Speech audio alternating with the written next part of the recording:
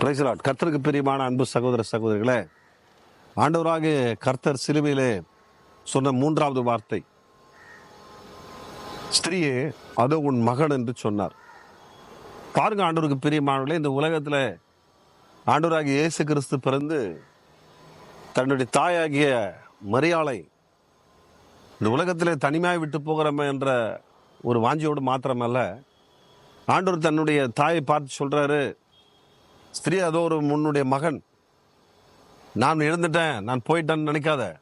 நான் இந்த உலகத்துக்காக, இந்த உலக மனிதனுடைய பாவத்துக்காக, இந்த உலக மனிதர்களை மீட்பதற்காக என்னுடைய ஜீவனை கொடுக்க போகிறேன்.